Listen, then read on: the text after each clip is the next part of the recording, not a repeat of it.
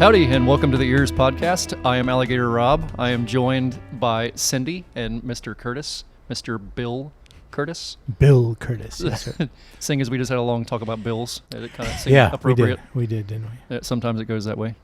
So how have you guys been since our last conversation? Feels like it's been weeks. Oh, it has. It's been a long time. Yeah, it's been It weeks. is the most wonderful time of the year. It is. Tell us, I see you wearing a fantastic dress. My Halloween dress. Yeah. Tell us about this Halloween dress. That's it. That's the story. No, what I want to know, are the lights up on the house? Do you have the lights up? I'm slacking. The lights are still not up.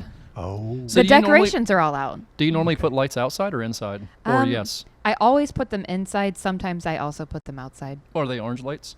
They are orange. They are purple. I have some that are little spiders. Spider lights. Yeah, those go inside so I can look at them. I think I have some skull lights. Perfect. Yeah. Put Skulls them have been a collection thing of the Rob family for a long time. We like skulls. Any kind of skull. That doesn't sound odd at all. No, I mean, not like human No. skulls. No, you know what I mean? Yeah. No. They're not. I too collect skulls. Yes. Skulls are cool. I can't talk about it here, but No, you know what I mean? Like different little ornament skulls and things. They're pretty cool. There's all kinds of different ones. That's awesome. Yeah, I don't know. Weird that way. I like the little Grim Reapers on the it makes the whole thing work. oh, I didn't It notice really that ties it all before. together. It does. didn't It notice that does. It before. seems so innocent, and then you see him just kind of back there with his sickle. Or is it a sickle or a scythe? A Scythe? Scythe. Oh my Scythe. garage. I'm officially losing my mind. Don't know. There's too many words. That word. It's like, you ever heard this word, creep? Creep. Okay. I think we've all heard that word. Yeah, okay. So, Do you mean crepe? yes, have you ever heard the French word creep? No. I No, I keep trying to in say my it. spare time, I I am keep- trying to learn French. I Frank. keep trying to say, I parlez-vous a little bit. I keep trying to say it, and I can never get it right, but I digress once again. I've digressed You're twice in 2 talking episodes. about crepe, right? Yeah, dagnabbit. crepe. I can't Okay. say it. I see it as crepe. I got you. And You I got can't it. say crepe. I said it for Can't one say it. time. You said it, yeah. Are they not spelled the same thing? No. No, they're not. No. No, I think crepe has a T in it, doesn't it? Doesn't it No. end in a T? No, it's CREPE, I thought. Oh, you're right. I don't You know. are Don't right. trust I'm a me. horrible speller. Don't I'm trust horrible. me. It's spelled actually. creep You are is what you're correct. telling me. No, creep is spelled It's spelled like- CREEP. Creepy. The P is in a different place, Frank. Yes. Okay. All right. I got to pull it together for a second. Yes, we do. All right. Birds have giant bills. So yeah, let's get to our podcast. You guys ready for this? Yep. Today on the show we are joined by a fella that, man, I'm trying to think. I've known him for a couple of years now. I don't think we've ever actually met in person, but we've been social media buddies for quite a while and research colleagues kind of around the way. Dr. Alex Champagne. Howdy, Alex. How's it going? Good. Thanks for having me on. Yeah, buddy. Tell us a little bit about you and what you do. So I am a professor of biology at the University of Southern Indiana.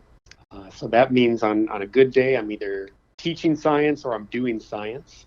And when I am doing science, my research focuses on animal physiology, ecological and evolutionary physiology. In a nutshell, means that I'm interested in seeing how an animal's physiological makeup allows it to live in the environment that it lives in. Wow. What drew your interest to that field? Or did you go through a lot of different things before you ended up there? Well, yeah, I think we all take sort of a convoluted path to where we get, right? But Very true. certainly, so in terms of my backstory, my dad was the director of a nature center in Michigan. And so I grew up just going on all these natural history tours all throughout my childhood. And, you know, when you're talking about skulls, Frank, I had a skull collection. It was my science project when I was in 6th grade. Jam up. And what's that? It says jam up. Yeah, that's right. And so, yeah, I've always been interested in natural history in general. And as an undergraduate at Michigan State, I took a course on animal physiology, and that really kind of got me thinking about that field. And I was just so fascinated by how animals could just, change a little bit of their physiology, and suddenly they're able to explore a new environment and take advantage of some new ecological niche. And So I just really became fascinated in that, and that's what I started studying in graduate school, and it's just kind of been taking off since then. What was your topic you studied for your graduate degree? So for my graduate degree, my research was looking at specifically how birds are able to live in different environments with respect to their ability to conserve water. So basically what I did was I dedicated a lot of my research to looking at lipid membranes. So lipids are basically fat molecules, and they can group together to form these membranes. And these membranes surround our cells, but there's also lipid membranes in our skin. And if we didn't have these lipid membranes in our skin, we would lose huge amounts of water to the outside environment. And so it turns out when you look at birds that live in different environments, they have very different lipid compositions within their skin. So for example, if you're a bird that lives in the desert, you're going to have some lipids that are very good at repelling water. They serve as a really good barrier to water loss. Whereas if you live in a more humid environment, that's not as much of a concern, and your barrier of lipids maybe lets a little bit more water through. So I did a lot of that in terms of my graduate work. So are you saying that a bird? So I always think of a duck, and I think of the water running off the back of a duck. You're saying that a duck or an animal that's more of a aquatic bird is going to have more lipid movement, more transfer of water through its skin than a bird that lives somewhere away from water? Yeah, and we're talking specifically about the water that's going from the inside of the bird to the outside. Right. So, if a bird has plenty of water to drink all the time, it doesn't have to necessarily be super thrifty with its water loss. But if it's living in the desert where it's not being able to get water very often, you better hang on to the water that you have. That's really neat.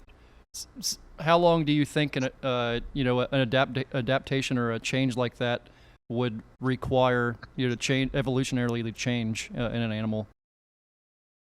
Well, so in terms of what I've we never see thought on about it. It's Yeah. really neat. Yeah. What we can see at an evolutionary scale is that birds that are adapted to some of the oldest deserts in the world. So, for example, my graduate advisor started his work in Saudi Arabia looking at this system. And so these are some of the oldest deserts in the world. And when he compared some of the birds there with birds that lived in newer deserts, like the ones we have in the United States, the ones that were in the older deserts geologically were better at preserving water. But then there's also just a sort of what we call a phenotypic plasticity type of scale, where an organism can just change within its lifetime. And that's actually what I did a lot of. It turns out if you just take a bird from, if I were to catch one outside today here in the Midwest, and I brought it into the lab and put it in a really dry environment for about 3 weeks, that's about how long it takes for its skin to completely renew itself, turn over, as we have skin cells always sloughing off and replaced by new skin cells from below. In about 3 weeks, you will get a bird that is better at regulating water loss. It won't be a desert bird or anything by any stretch, but it will be significantly improved within 3 weeks. So Wow. you think these are abilities that animals, a lot of birds like animals have that, I've never heard about things like that in people. Yeah. I haven't. I mean, that would be something that animals just naturally have built in that we don't. You think? Oh, humans definitely have this ability too. In our case, of course, we have sweat glands, which birds do not. And so sweat glands are probably our bigger concern in terms of losing water. But no doubt if we were to expose ourselves to a different environment, we would see similar changes in our skin. Yeah, some of it even, I know you guys in Florida don't necessarily have the seasons we do, but I know that in the winter here in the Midwest, my skin looks very different than it does in the summer in terms of just drying right up, because we got that cold, dry air. And there's it gets definitely stupid cold up there, is what it does. It does, yeah. And so, yeah, we see some changes there in terms of what our skin looks like, and our body's going to have to make some adjustments in terms of the lipids and other molecules that are in our skin to sort of adjust to that new environment. Okay, you said that you one of the things that you study is how animals adapt to their environment, or how Yes. they. Okay, so I want you to tell me what's the coolest animal adaptation to its environment that you've run across. Coolest adaptation. Yeah, what's the one where you Oh, go, that's a neat wow, question. I can't believe that they can do that. Are there any interesting bird ones like that really kind of just draw your mind to it? Certainly, when we start to think about some of the different adaptations that allow for birds to get mates in terms of, say, displays, some of those things are just wild. I'm sure a lot of people have seen some of those different birds of paradise and some of their just spectacular plumage and some of the weird dances they do to attract mates. That's always kind of a wild one. And that always got me. That's the male, right? The male bird is the one with all the colors and the.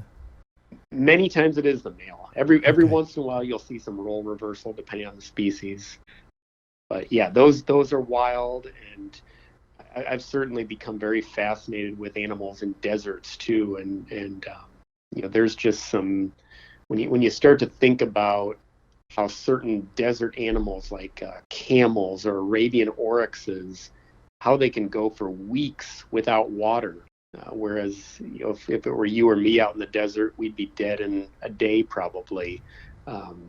Just all the different things that they can do. I have an entire lecture in my animal physiology course about how a camel can survive in the desert with very little water for weeks.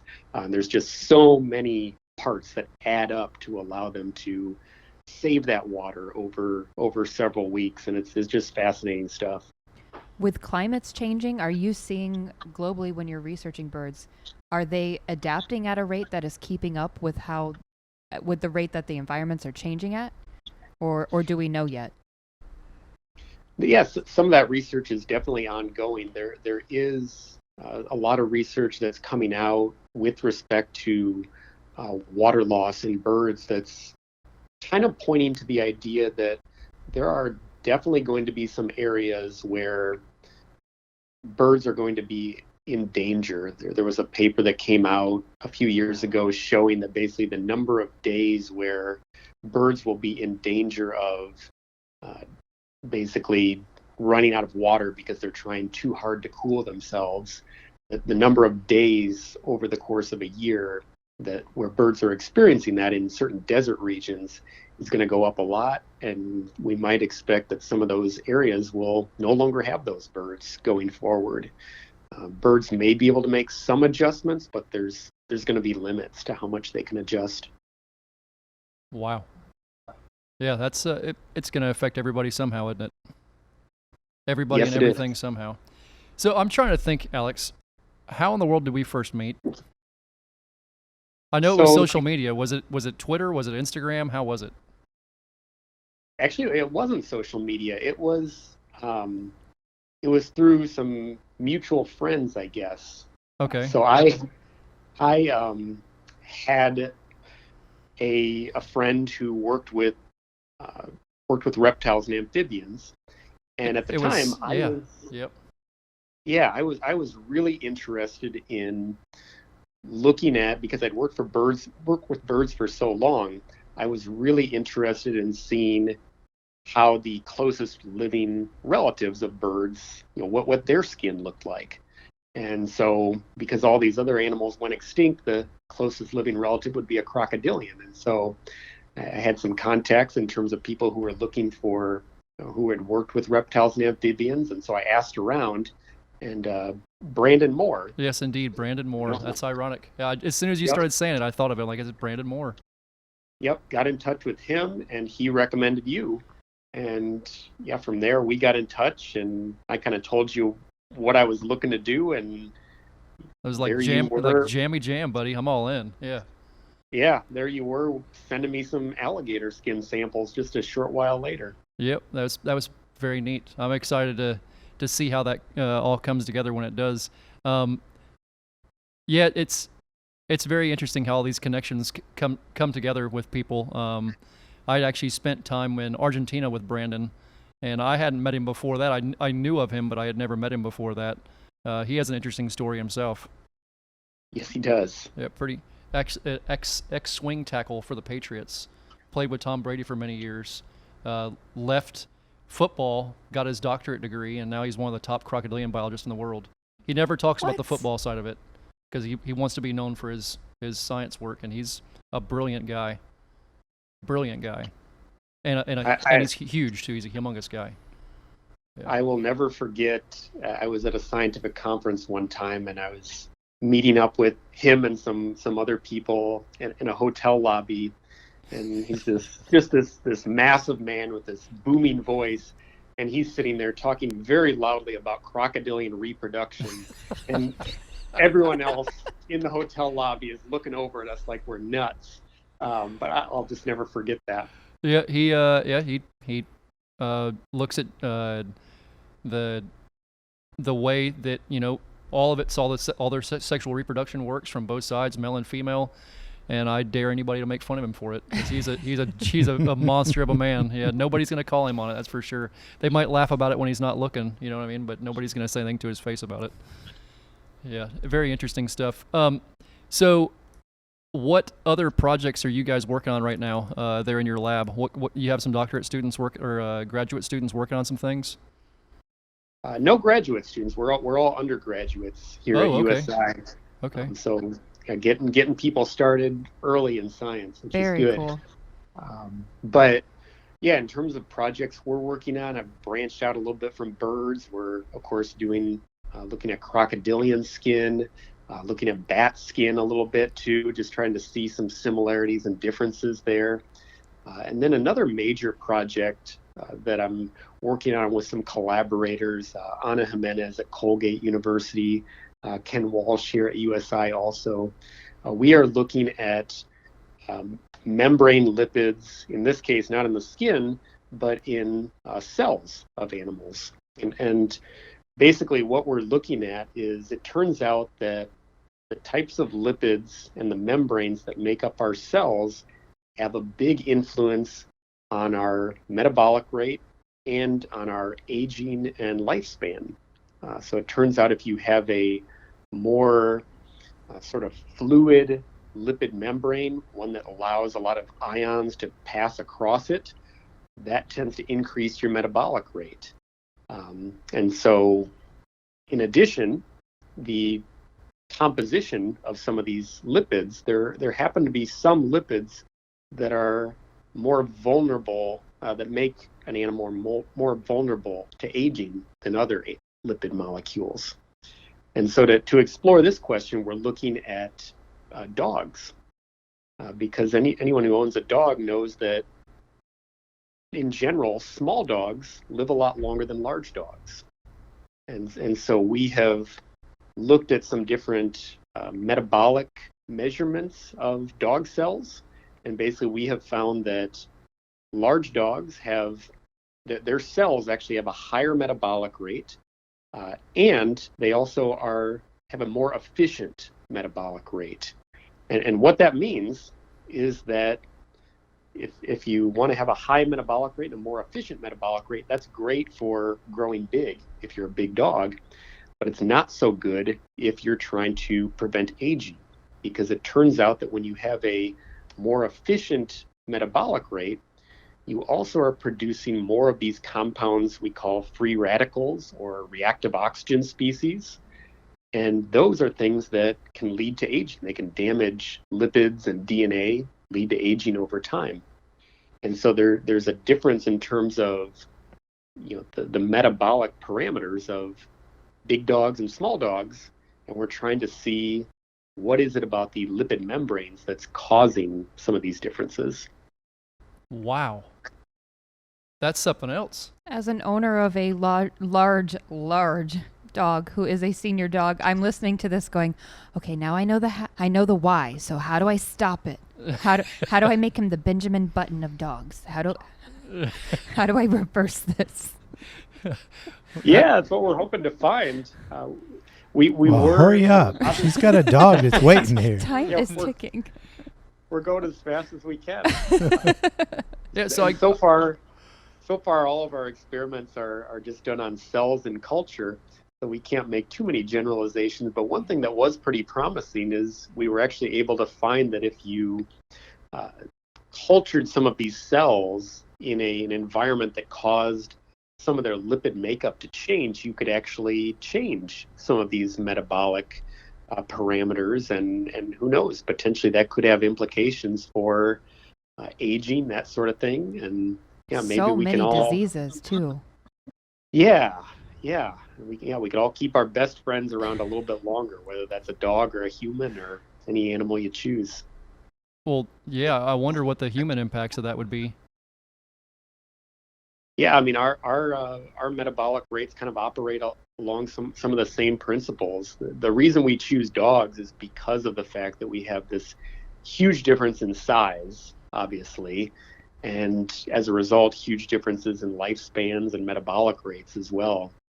But we would see the same processes in humans, they're just not as exaggerated. That's sort of a general rule in physiology and comparative physiology, like I do, is you try to pick the most extreme example, and that'll allow you to see the pattern that, if there is a pattern, you'll be able to see it, and then you can kind of work backwards from there to see if it applies on smaller scales. That just gets me. It gets me thinking about the brain and all kinds of interesting things. There's a lot of applications there, like Cindy was saying, to diseases that are currently there, and man, that's really neat. That's probably the coolest thing I've heard in quite a while. Yeah, there's just always more questions, aren't there? There is. I had a student last week ask me, she's hoping to go to graduate school, and she said, what if I run out of questions someday to ask? And I said, that's not going to be an issue. Don't even worry about that. The more things you start to answer, the more questions you'll have. Especially in science. Holy moly. Yeah, you can answer one and it'll automatically make 3 more. And if you answer those 3, you're going to have 10 more based on that. And it's going to keep going multiples forever. The more you learn, the less you feel like you actually understand. Ain't that Absolutely. The truth? Oh, that's what I always felt college was about. College always taught me how little I knew. Yes. I mean, taught me how to find things and how to learn things that I needed, but it just taught me what an idiot I was. If it wasn't for Cindy, I wouldn't have made it through a couple of classes without a doubt. That's not true. Oh, Lord. Yeah, it's 100% true. So I understand I gave you a little bit of homework, Mr. Alex. Yes. All right. You want to hit us with some of that homework? Sure. Yeah, we're ready for trivia. Yeah, let's do a little bit of trivia. Does it have a theme? Yeah. Do you have a theme behind your trivia, or is it just random stump the hosts? There's not an overarching theme, but I very intentionally chose all of these questions based off of they all sort of have their reasons, and you'll see I kind of have a backstory for every single one of these. I was terrified the theme was going to be birds. Well, terrified. I will say that Alex actually asked me questions about you guys. Oh. Yeah. So he dug into it. He was really getting That's into awesome. it. Yeah. So yeah, we're ready for you, buddy. Whenever you want to go. All right. So yeah, this first question is kind of in mind that Frank, I know you have a fundraiser at was it Revolution Brewing? That's coming up, right? Yes, sir. Yep. Yeah. And so this one's actually about alcohol. Okay. And I actually and it's based off of a paper that I just discussed with my students in my evolution class. And so we read this paper where we found that when you look at humans and other great apes, we have this variety of the enzyme alcohol dehydrogenase, which allows us to metabolize alcohol. And the particular variety we have, we are able to metabolize alcohol 40 times more efficiently than most other mammals. So the question I have for you is to name another group of mammals that has this same ability. Oh. And if you can't figure it out right away, I can give you a hint that'll kind of guide you. Another group of mammals. Well, you said primates already did, correct? He said great apes, yeah. That's right, yeah. So something other than primates. Let's see. What about dogs? Yeah, we were just talking about dogs, so I'm wondering if it's dogs. What do you think, Cindy? I was thinking dogs because I almost swear I remember reading something about foxes, and aren't foxes in the canine family? They are. I would say dogs, or I was thinking along the lines of either a bear or a bovine family. I don't know. I don't know. It's my answer. The bovine family. That was a Bovine. shotgun answer. Yeah, it really It was. just went boom. Bears or the bovine I think I family. covered them all there. That's so funny. It is not any of those. But I'll give you a hint. Okay. So Okay. it's a group where a lot of its members eat fruit or nectar. Oh, because that ferments. So you're it would be what, sloths? Not sloths. There's all kinds of fruit or nectar eaters. Rodents? Ooh, what about an anteater? No, they don't. What group are raccoons in? What family group is a raccoon in? Oh, they're the same as it's pandas, right? No, they're oh my garage. I'm losing my mind as we're talking. What is wrong with me today? Fruit. Raccoons. They eat lots of fruit. Oh, bats. Is it bats? It is bats. Cindy, how did you just do that? I Oh. don't know. Wow, I can't believe I didn't think to say that earlier. that's good. Oh, yeah, marsupials was the direction I was going. Dear goodness Marsupials. gracious. There you go. Yeah. Marsupials. Bats. Okay. Bats. So bats have the ability. Who would have known? I love bats, and now I love them even more. Like It makes sense since they're eating fruits and things, and they're probably eating a lot of grapes and berries and stuff. that have been Mhm. laying on the ground fermenting. Yeah. Yeah. Wow. That Yeah, was so they are very good at metabolizing alcohol, whereas other animals are not so good. And that's why, for example, elephants can sometimes they will ingest fermented fruit, and despite their huge body size, they can't handle it very well. so there's a bunch of drunk elephants. Yeah, this is actually a thing in Stumbling South around. Africa. Oh yeah. That there's a certain fruit that they eat that people actually witness on safari. Some of these elephants exhibiting some odd behavior. I wonder. So elephant's a smart critter. I wonder if they're actually doing that on purpose or not. I mean, maybe they're very doing well that to feel good. Maybe they might be. Yeah. They're a brilliant animal. If anything would know that, they probably would. Interesting. Okay, that was interesting. You got a number All right, two? Yes, I do. Okay. Yes, I do. So this is actually a question that my beautiful wife Catherine helped me formulate a little bit. She's a big music fan, big pop music fan, big Mariah Carey fan, and so the question here is that if you look at Mariah Carey's discography, she has the most #1 singles on the Billboard Hot 100 for any solo artist with 19 #1s. And so what was her 19th song to top the charts? Oh God. I have no. I'm not sure who Mariah Carey is. Is that What? bad? I know What? I've heard the name. What? She's had 19 #1 What do hits, you so mean should you don't know who Well, Mariah I mean, I know I've Carey heard the is? name, but I'm not sure who she is. Is she the one that was dating the baseball player from the Yankees? No. That's She was Jennifer dating Derek Lopez. Jeter at one point. She was dating Derek Was she? Jeter. Okay. Oh, okay. All right. I don't feel maybe I do know who she is then. I just don't think I know her music. okay. Is it her Christmas song? It is. How'd you just do that, Cindy? Don't know. Wow. I have no idea. Wow, that was amazing. Okay, so he's obviously gotten with Cindy and figured worked out this We out, yeah. actually questions. talked beforehand. Yeah. Yeah, that was good. This one's kind of a weird one. Part of the reason I asked it is because she actually released "All I Want for Christmas Is You" in 1994, but it's become more popular recently, and it actually didn't top the charts until 2019. Wow. Okay. That's crazy. That is insane. I've had students make Christmas videos to it all the time. 25 years later? Yeah. That's nuts. Wow, okay. All right, Cindy. See if you're going to go 3 for 3.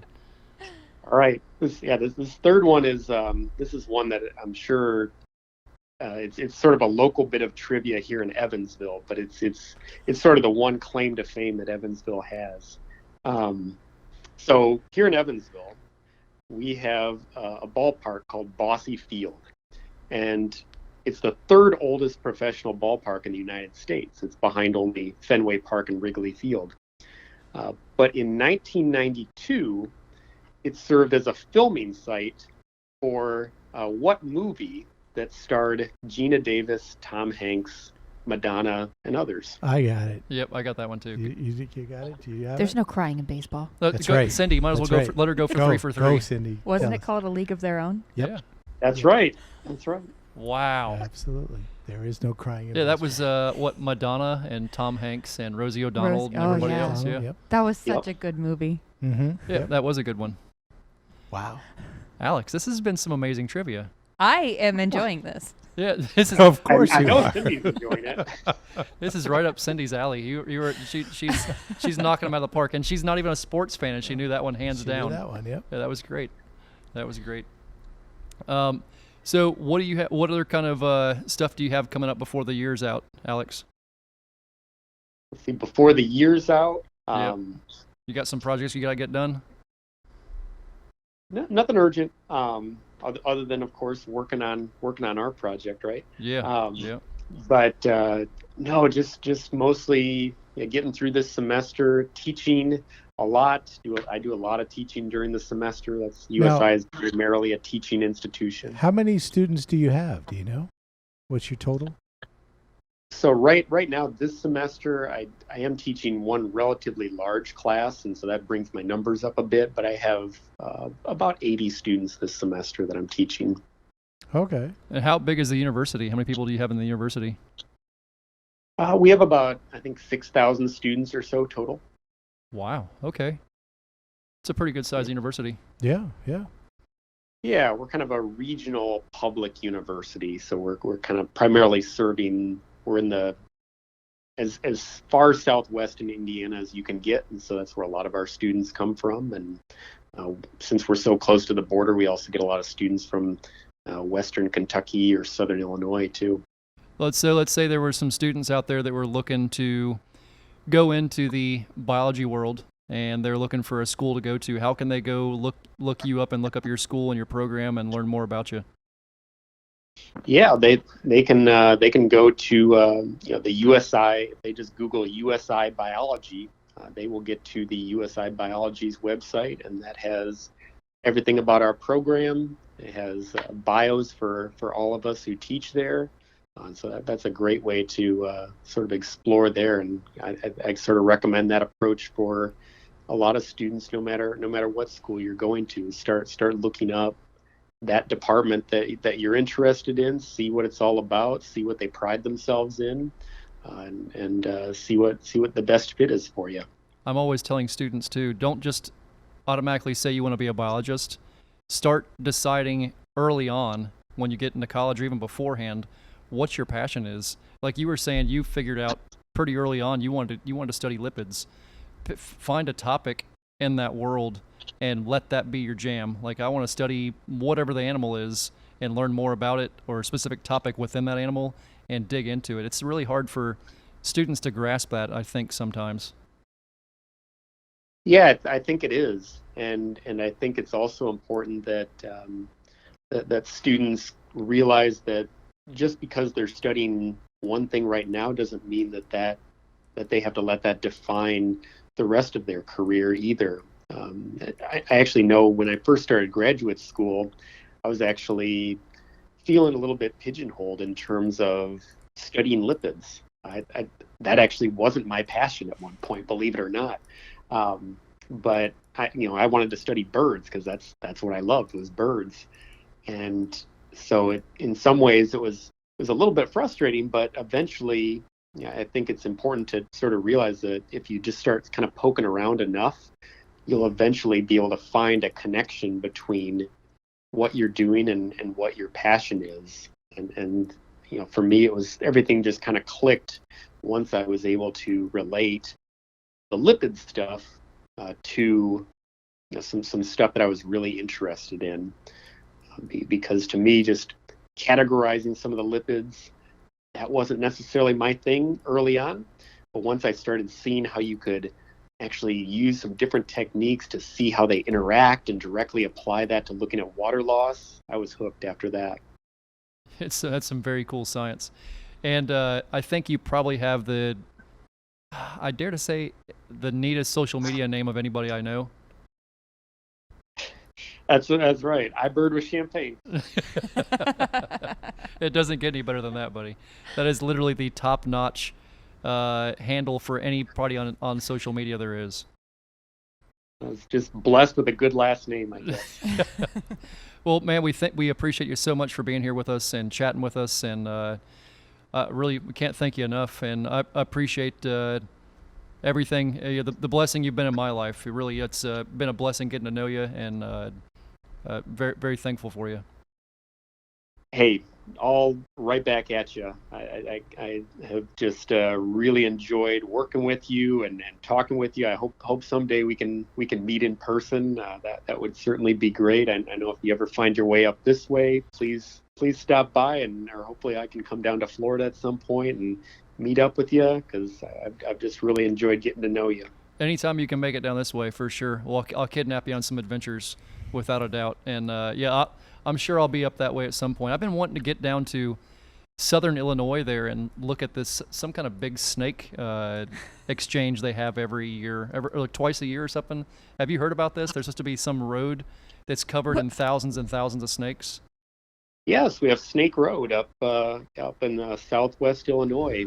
I've been there once. It's really a neat location where basically it's this area where kind of some of the hills of southern Illinois meet some of the marshland associated with the Mississippi River, and so these snakes spend most of the summer in the marshland, but then they go and hibernate up in some of the cliffs over the winter, and so they cross this one little gravel road in both the fall and the spring. And I was lucky enough to go there once, and that was where I saw my first ever cottonmouth and all kinds of just neat stuff there. So that's a destination for you, I think. Yeah, one day I want to make it there. Me and my uncle were literally just talking about that a couple of days ago. Like, why is it we have not been to Snake Road? And I said, I don't know, Uncle Bill. We need to work this out. But the name alone is worth the trip, right? Oh, it's jam up. Yep, that doesn't get any better than that. Well, Alex, we appreciate you a bunch, buddy, and we hope to chat with you again soon sometime. Thank you so much for taking the time. Thanks so much for having me. Thanks, buddy. All right, guys, thank you for tuning in today. Bill, Cindy, great conversation, as always. Alex is a jam-up guy. I mean, that's some really, really cool science, and I hope you guys enjoyed listening to it. We'll catch you guys next week. We'll see you all then. Bye-bye.